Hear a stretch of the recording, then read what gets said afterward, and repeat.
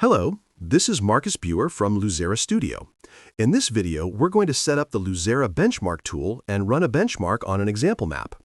For this demonstration, I'll use the demo level from the Polygon Street Racer pack from Cinti. This level is not included in the plugin. We're only using it to show the setup process and how everything works. The first thing we need to do is enable the plugin. Open Unreal, go to Edit, Plugins, search for Luzera, enable it, then restart the engine. When the editor opens again, you'll see a new icon on the toolbar for the Luzera Benchmark tool. Click it and choose Configure Benchmark Settings. This opens the benchmark subsystem. On the right, you'll see the Details panel with all of the settings, but for now, we'll only set up the basics to get it running. Later in the video, I'll explain every setting in detail. First, enable Benchmark in Editor so we can test the tool directly in the editor. Then, enable Record to CSV files so we get actual data saved to disk. In the Game Level section, click the plus icon and add the map you want to benchmark. For now, we'll add only one. And finally, enable Editor Auto Open Folder at End so the plugin automatically opens the results folder as soon as the benchmark finishes. Compile and save the blueprint. Now, if we press play, Unreal will open the level we selected, but the benchmark will immediately finish without generating results. That's because we haven't created a path for the benchmark pawn to follow yet. So let's set that up. Open the map you want to benchmark. Move to the spot where you want the benchmark to start. Open the content browser, click the little cog icon in the top right, and enable Plugin Content and Engine Content. This lets us access the example actors included with the plugin. Navigate to Engine, Plugins, Luzera Benchmark Tool, and then Actors. Inside, you'll find three assets: a path, a pawn, and a volume. These are simple example actors showing how the system works. Start with the path actor. This defines the route the benchmark will follow. Drag it into the level where you want the benchmark to begin, rotate it so it points in the right direction, click on the endpoint, and move it to extend the path. For this video, we'll send it through the portal. To add more points, hold Alt and drag any point on the spline. This creates a new point and extends the path. Let's add enough points to complete an entire lap.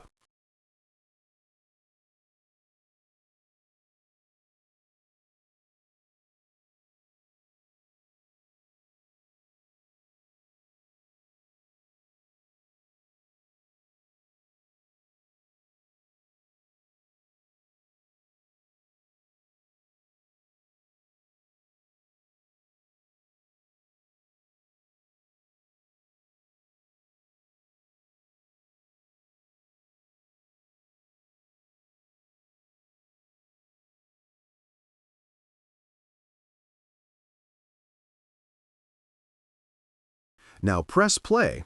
This time, the benchmark finds the path and starts moving, but you'll notice the pawn is very slow, at least for this level that is a racing level. So let's make it faster. Open the pawn actor and look for the speed variable. Its default speed is 700 units per second, which is about 25 kilometers per hour or 15 miles per hour. Change the default value from 700 to 1500, which is a more reasonable baseline of 54 kilometers per hour or 34 miles per hour. Press play again. The pawn is faster now, but the movement is still very static. There's no acceleration or behavior changes. To improve this, we'll add a benchmark volume around the portal.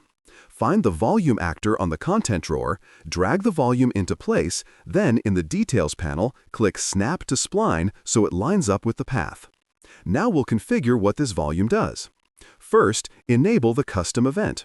Give it the name Race Started and set the event data to Let's Go. Then enable the notification and keep it on screen for 5 seconds. Next, enable Change Speed. Set the new speed to 5,000, meaning 180 kilometers per hour or 112 miles per hour, and set the acceleration time to 2 seconds. Press play again. You'll now see the pawn accelerate as it passes through the portal. In a real benchmark, you could add more volumes, for example, to slow down before tight curves. But for this example, we'll keep things simple.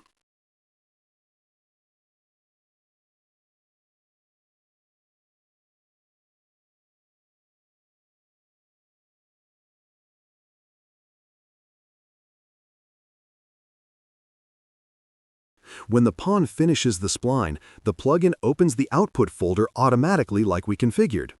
Inside, you'll find 3 CSV files. The static data file contains hardware and project information. The demo events file records all custom events. And the demo performance log file contains the performance measurements for that run. The word demo on the file name comes from the level name you tested. If later you add more levels, the benchmark will run each one in sequence and create separate files for each level. Okay, so what now? What do we do with these files? Now let's look at the analysis tool. Let's go back to Unreal and click the Luzera icon on the toolbar, then click Open Analysis Tool. This will bring us to a website that we can use to visualize the data. To import a benchmark run, simply drag the entire folder into the browser window. A new session appears in the list, and the graph is ready to explore. You can change the graph size with the zoom icons to the toolbar. And you can zoom horizontally with the mouse wheel. You can also grab the graph with the left mouse button to pan around the graph. If you get lost, click the Reset Horizontal Zoom to show the whole run again. When you hover at any point, a tooltip appears with the visible stats. If you want all stats for that exact point, just click and a panel opens with the full data snapshot. If the tooltip gets in the way, you can toggle it off with the Tooltip Visibility button on the toolbar. And if you want to analyze a specific section of the data somewhere else, for example in another tool or using an LLM like ChatGPT or Gemini, click Extract Visible Data to Clipboard. This copies only the part of the run that's currently visible, which saves time and tokens. You can also switch the x-axis between distance along the spline or time. If instead of a path you use another type of movement, like a level sequence or a take record, you can override the distance entirely to use the timeline distance or rely only on time. On the right, you can choose which stats to display. For example, we can enable the thread timings and disable the CPU and GPU usage to focus on hitch analysis. If you want, you can also change the color of each stat to make it more visible. If you like your current stat selection, you click the Stat Presets button, write the name of the preset, and save it. Below the Save option, you will find all presets currently saved. Here you can toggle between presets or delete the presets you don't want anymore. Below the graph is the stat matrix, which is very useful when comparing multiple runs. Let's run another benchmark so we have a second session.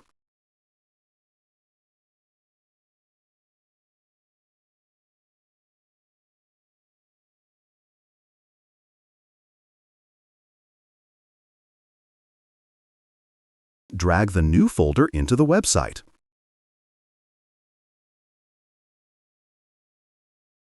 Now you'll see 2 sessions listed, and you can toggle them individually or delete sessions that you don't need anymore. In the stat matrix, you can enable or disable every stat for every run. Toggle all stats by clicking on the respective eye icon. Toggle the entire session by clicking on the session name. Toggle each specific stat by clicking on the stat name. You can also toggle between each stat per session by clicking on the matrix. Let's try comparing the 2 sessions. This won't give us relevant data because we are running the benchmark in Editor, having all the editor overhead and no build optimizations. So it would be best to compile the project first. But just to understand the tool, we'll use the results we already have. To compare performance, look for a section of the graph with a red background. Red means the tool detected a hitch and temporarily switched to burst logging to capture more detail around the issue. Zoom into that area and enable the important stats: current FPS, the individual thread timings, and then the CPU and GPU usage.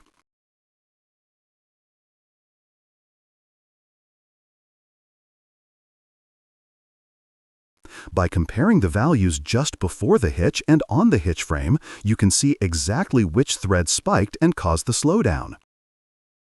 If you want to inspect the issue directly inside Unreal, copy the distance along spline from the Details panel. Place a benchmark pawn in the map, Paste that distance into Debug Distance Along Spline and press F to focus the viewport. This jumps you to the exact location where the issue happened, making it much easier to know where to investigate using Unreal Insights. Now that we've seen the basic editor workflow, let's go back to the benchmark settings and go through what each option does. Enable Benchmark in Editor allows you to run the benchmark without packaging, which is great for setup and debugging, but the results won't be accurate because of editor overhead. Enable On Launch Benchmark in-game lets you start the benchmark automatically when launching the packaged game using the -benchmarking parameter. Scalability Override forces a specific scalability level when the benchmark runs, unless you set it to a negative value, in which case it does nothing. Max FPS Override limits the frame rate or leaves it unlimited when set to 0. Benchmark Game Mode forces a game mode that spawns the benchmark pawn instead of the gameplay pawn. This is where you change it if you want to use your own custom benchmark pawn. Game Levels is the list of levels the system will benchmark. Levels that don't have a path are skipped. Record to CSV files controls whether data is written to disk.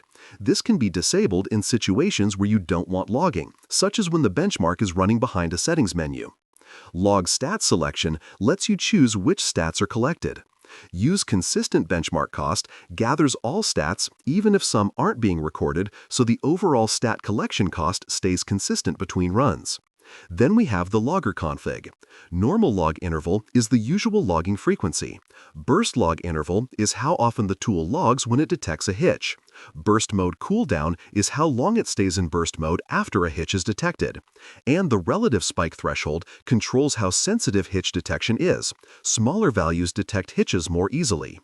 The rolling stats section defines how the graph caches and bins incoming samples for the graph. The window size is the amount of samples it takes.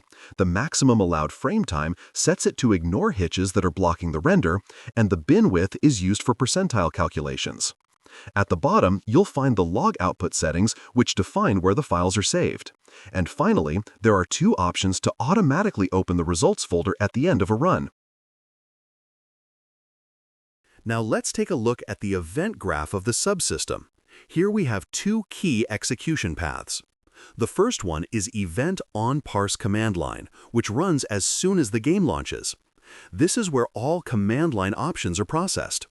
Let's open Process command line to see how it works behind the scenes. This function receives three kinds of inputs. Parameters are key value pairs. They have a name and a value. For example, -quality equals 0 to force the low graphics quality setting. Switches only have a key and no value. They're basically Booleans. If the switch exists, it's true. If it doesn't, it's false. An example is -benchmarking to turn on benchmarking mode. And tokens are just standalone values without a dash. At the moment, the tool doesn't use any tokens. The first sequence pin checks whether the benchmarking switch exists. If it does, we enable benchmarking. The second sequence pin checks whether the Open Directory switch exists. If it does, we enable that setting as well. The third pin checks whether the parameters map contains a quality parameter. Since parameters include a value, we also check if that value is numeric. If both are true, we apply the quality override. And in the last pin, we do the same thing for the max FPS parameter. If it exists and it's numeric, we update the max FPS setting. This section is the perfect place to add any additional command line arguments your game needs. You can extend this logic as much as you want, storing values in the subsystem so you can read them at runtime, or passing them into other classes like your game instance. Back in the event graph, the second important event is onSessionStarted. This fires as soon as any world finishes loading. The goal is to guarantee that the map is fully loaded before trying to start a benchmark session. As soon as a world loads, this event is triggered. When we start a session, the start benchmark function receives a session name parameter. By default, this is left empty, and when it's empty, the system automatically creates a name using the current date and time. But if you want custom session names, this is where you'd set them. For example, you could add a command line parameter like -session name equals, quote, my session name, end quote. You check that parameter exactly like we do with the quality override, store it in a session name variable with an empty default, and then pass it into the Start Benchmark node.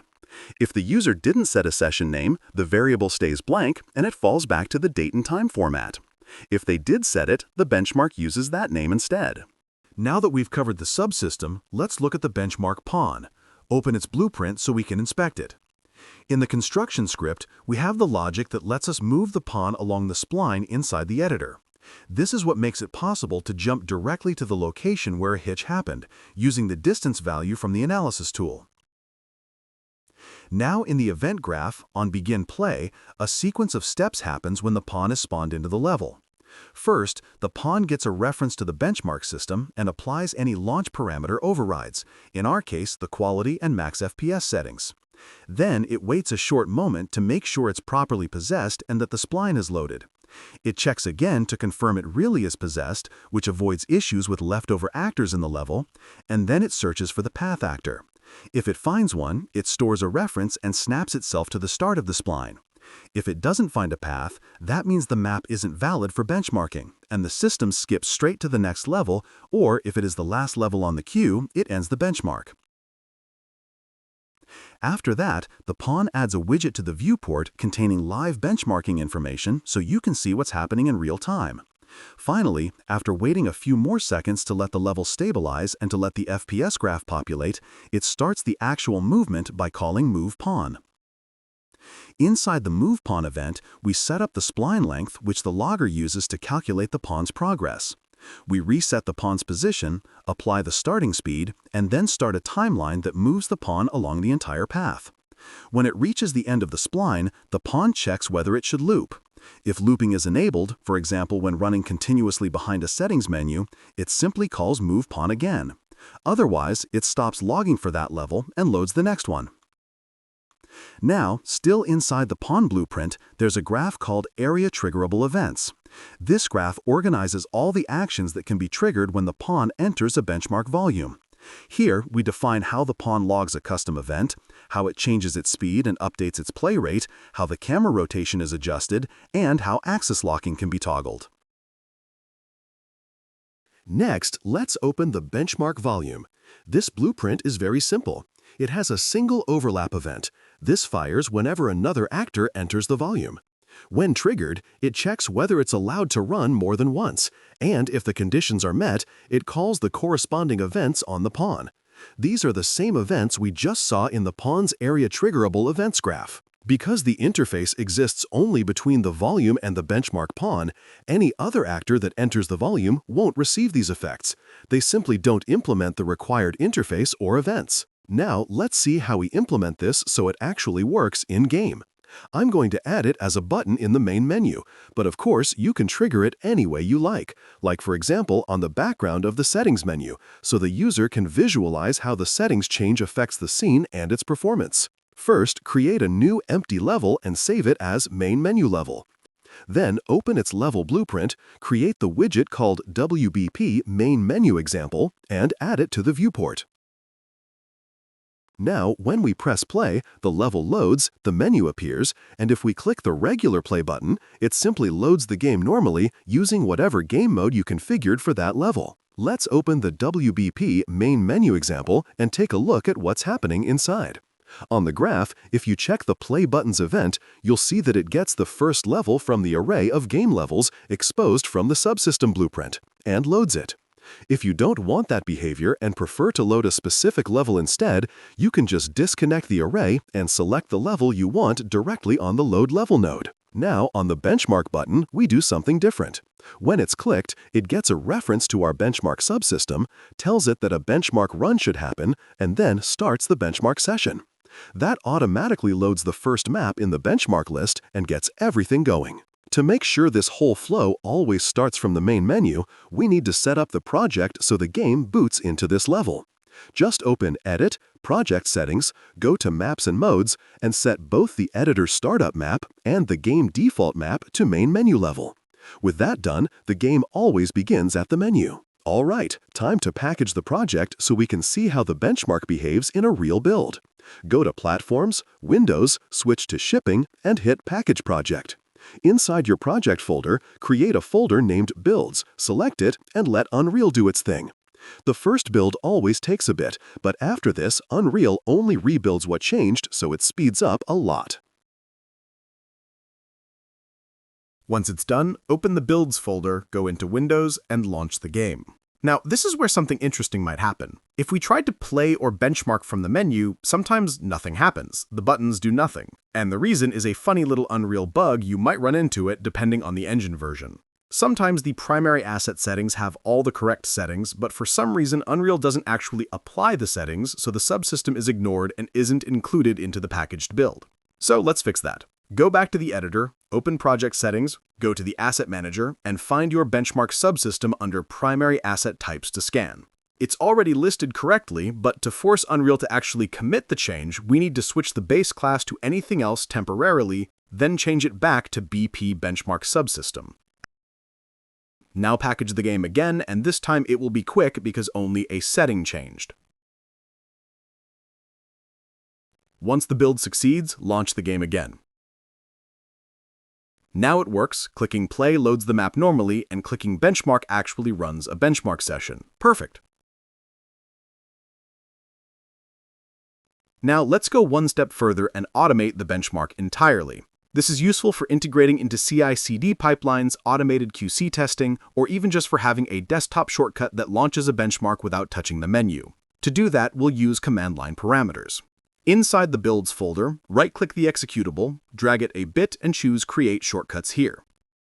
Open the shortcut properties, go to the Target field, move the cursor all the way to the end, add a space, and type -benchmarking. Then rename the shortcut to something like benchmark. From now on, launching the game from the shortcut should immediately start a benchmark, except right now it still doesn't, so let's go back to Unreal to see why. Open the benchmark subsystem blueprint again and look at the Details panel. You'll see that it's not configured to start from command line, so enable that setting, and while we're here, also enable record to CSV files if it's not already enabled. At the bottom, enable runtime auto open at end so it automatically opens the results folder when the run finishes. With that done, package the game again. Now, when you launch the game from the shortcut, instead of opening the menu, it immediately triggers the subsystem, loads the benchmark map, overrides the game mode as needed, and starts the session. If you launch the normal executable, it just opens the menu like usual. Both workflows are now working. We can also expand this shortcut with more command line options. For example, let's try running it at medium graphics with -quality = 1. If we also want it to automatically open the results folder at the end, we can add -open directory. And if we want to run the game using DirectX 11 and Shader Model 5, just add -sm5 space -dx11. Now the benchmark launches with all these settings applied. You can even choose which GPU the game uses. In my case, I have an NVIDIA GPU and an Intel iGPU, so I'm going to set the quality to low with -quality = 0 to keep the frame rate reasonable, and then use -prefer Intel to force the game onto the integrated GPU. If you have multiple GPUs from the same brand, you can use -graphics adapter = 0 or 1, 2, 3, etc. to pick one manually. 0 is always the primary GPU. If you're unsure which GPU is which, just press Ctrl-Shift-ESC to open Task Manager, go to the Performance tab, and you'll see GPU 0, GPU 1, GPU 2, and so on. Use those numbers in the parameter to choose exactly which GPU you want to use during the benchmark. Now let's see how we can add more levels to benchmark. First step is to create a new level. Create a new open world level, save it on the Maps folder, and call it Empty Map. After that, we need to add a benchmark path on this level. So open the content browser and navigate to Engine, Plugins, Luzera Benchmark Tool, and drop a path actor into the map. Next, extend the path forming a circle, just so we have a path to go through. Now we will drop a benchmark volume near the start of the path just to make it a bit faster. Enable the change speed setting and configure the new speed to 5000. Now, open the subsystem, then on Game Levels, add a new level clicking the plus icon, and on this new one, select the current empty map. Then, grab the map and drop it on top of the demo map to reorder the list and make sure the empty map runs first. Now, when we press play, the benchmark will benchmark on the empty map. And on the bottom of the screen, it will tell that the next level is the demo level. Now let's see how you can add your own custom stats to the benchmark to make it an even better fit for your project. The first step is collecting the data. For example, let's take the player location. Open the benchmark pawn, and on the timeline that moves the pawn through the level, we will add a new node on the update. From the logger component included on the pawn, we will call the log custom data node that allow us to generate a new column on the benchmark stats. First, we'll give it a name. In this case, player.position. Then we will take the actor location and connect to the value. Now when we press play, the value should already be included on the CSV file. Then, let's check how we can add this new stat to the UI. Open the WBP Benchmark Blueprint located in Engine, Plugins, Luzera Benchmark Tool, Widgets, and add a new text to the UI. I'll format so the text stays centered on the screen. Now, on the text value, we create a new binding that is a function that will be executed to get the text. To make it easier, you can check the other bindings we already have to see how it gets the values. So let's open one and copy the getBenchmarkStat node and paste on our new function. Then we change the stat ID to player.position, like we set before, and connect the return value to the output node. Compile and save, and now when the pawn starts move, it automatically starts saving the position on the CSV file and displaying the position on screen.